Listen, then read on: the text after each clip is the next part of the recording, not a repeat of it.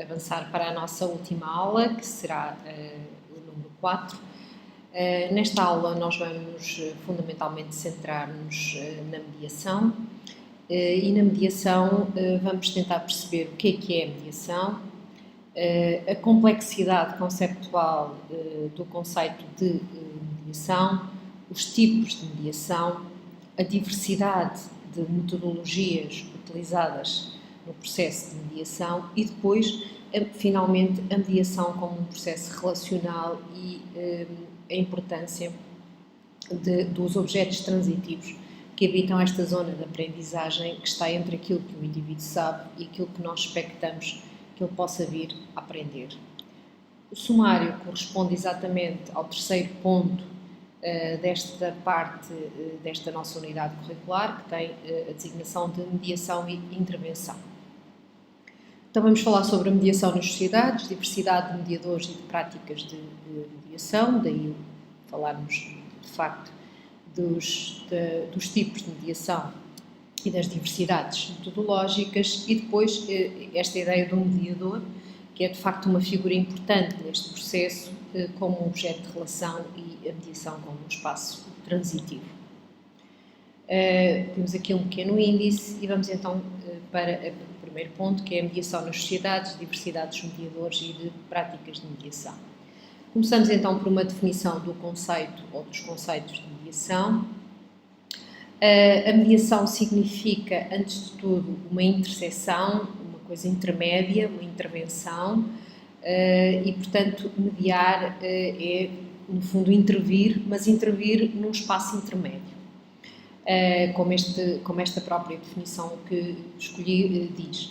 A mediação é então um procedimento estruturado e não concorrente de gestão de conflito, no qual um terceiro qualificado é aceito pelas partes em conflito para auxiliar o desenvolvimento e o crescimento na procura participada de uma solução.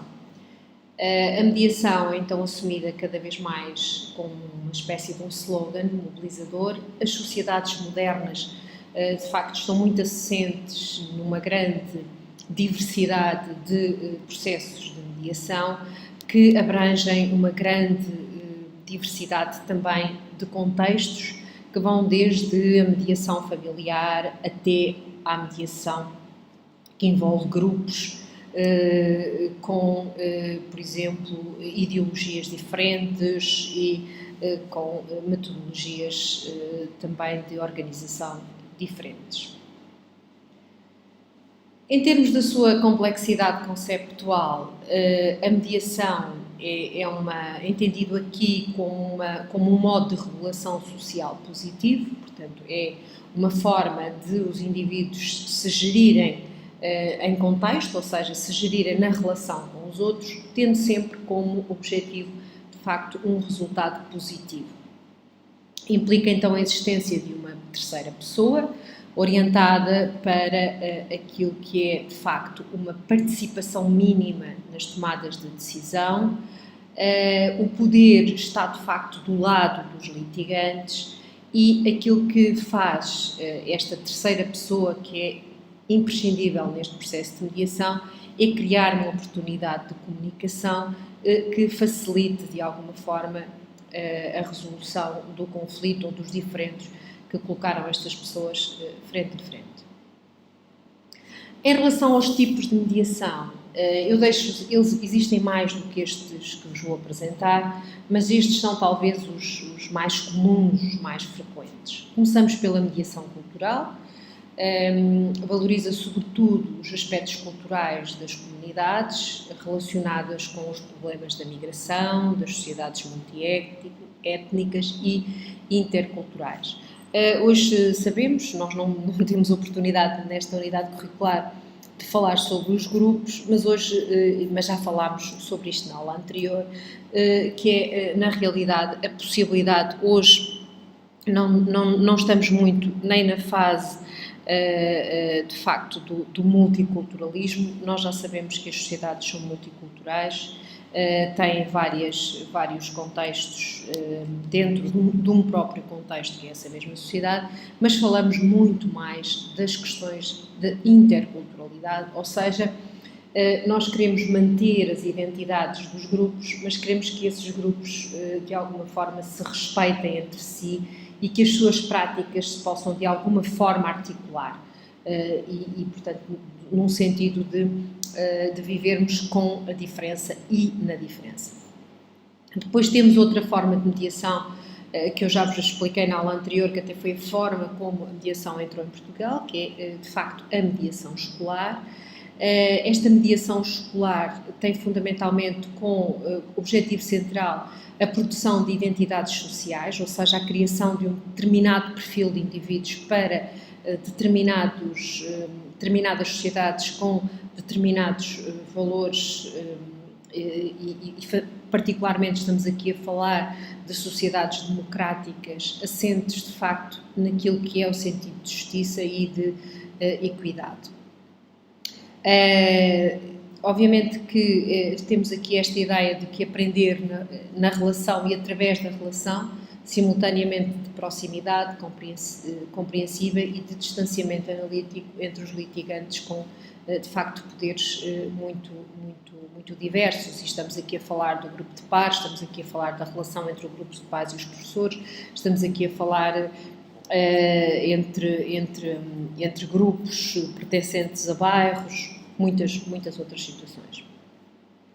A escola é de facto perspectivada aqui não apenas como um lugar para a aquisição de conhecimentos escolásticos, isto já todos tínhamos percebido, mas também como um lugar de socialização e de aprendizagem de formas de sociabilidade. Temos ainda também referência à mediação social, que traduz esta tentativa de aprendizagem da vida em sociedade e corporiza esta relação entre os indivíduos e o Estado. Depois temos a mediação comunitária, que como uma cultura de participação na gestão dos conflitos e na aquisição. A mediação comunitária tem muito a ver com desenvolver nos indivíduos das comunidades um conjunto de instrumentos de aprendizagem que lhes permitam criar entre si laços sociais. Depois temos a mediação institucional, como um processo de profissionalização da mediação, que vai criando, obviamente, novos campos de intervenção e, fundamentalmente, vai congregar, vai chamar para este processo de mediação muitos outros profissionais da área do social. Em relação às metodologias, eu venho também aqui apresentar aquelas que são também as mais usuais e vou referir aquelas com as quais me identifico mais, que é de facto a mediação centrada nos participantes, a mediação transformadora e de facto a mediação que está assim, aqui, que é a mediação dos processos integrado humanista. Voltando um pouco atrás, a mediação centrada nos participantes está ligada ao humanismo, assim como estas três que eu vos disse também estão ligadas ao humanismo. Há muita psicoterapia e a socioterapia. Esta mediação centrada no participante é muito utilizada, por exemplo, no caso da mediação familiar, no caso da mediação escolar, portanto, é de facto uma metodologia muito usada nestes contextos. Utiliza também um modelo por etapas, portanto, são definidas várias etapas e obviamente focalizadas também no que os indivíduos desejam trabalhar naquilo que é o processo da mediação. Portanto, aqui não só a mediação está faseada, como também tem muito em consideração aquilo que as pessoas querem ver abordadas.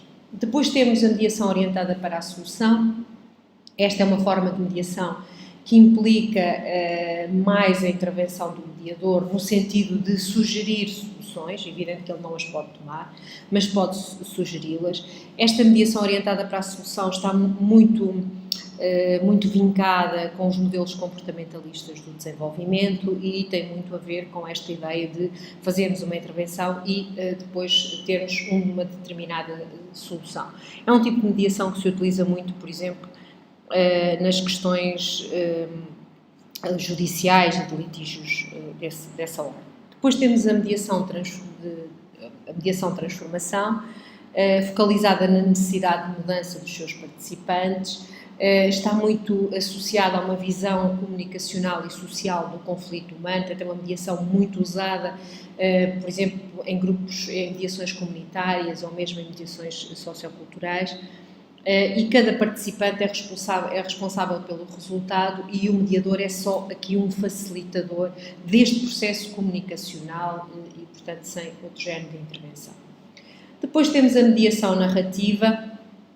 É uma forma muito interessante que se centra numa estratégia de intervenção que visa fundamentalmente que os indivíduos contem uma história, a história das suas vidas ou a história daquilo que os leva ali, e depois o mediador é uma espécie de um reconstrutor, vai reconstruir essas histórias propondo uma espécie de uma nova história. É como se um mediador fosse aqui uma espécie de um escritor, de um ensaísta, de facto, de uma espécie de um coreógrafo destas histórias. Então é isso que fazem a maior parte das vezes, os participantes decompõem o seu discurso, o argumento narrativo, e recria com eles, de facto, uma nova história. Reconhece a existência de realismos múltiplos em detrimento de um realismo objetivo, ou seja, não há só uma verdade, não há só uma história, há várias histórias. Depois temos a mediação, processo integrado humanista, acentua de facto a competência cultural, acentua muito aqui a ideia da diferença e a ideia de que, na realidade, nós somos muito mais enriquecidos pelo facto de vivermos em sociedades profundamente heterogéneas contra os seus indivíduos, quer naquilo que é mais evidente, que são as suas formas físicas e que sempre fomos falando ao longo dos milénios, dos diferentes que existiram entre, por exemplo, brancos e negros.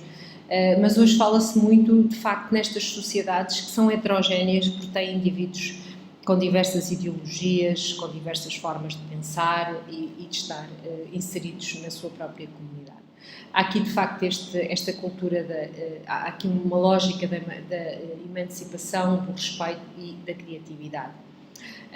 Este é talvez o trabalho em que o mediador tem que ser, de facto, uma pessoa com um grau mais elevado de experiência, porque ele tem que fazer um trabalho reflexivo, que ajuda e que se avalia continuamente a interação entre estes grupos e, portanto, geralmente este tipo de mediação é feito muitas vezes não só por um só mediador ou por um mediador que é coadjuvado por outro e geralmente é um tipo de mediação que não é feita entre duas pessoas, mas é feita entre grupos.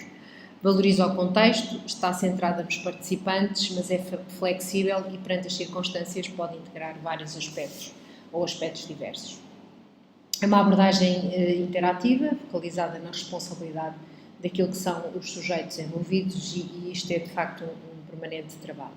Então a mediação implica conhecimento, implica ação e implica reflexão.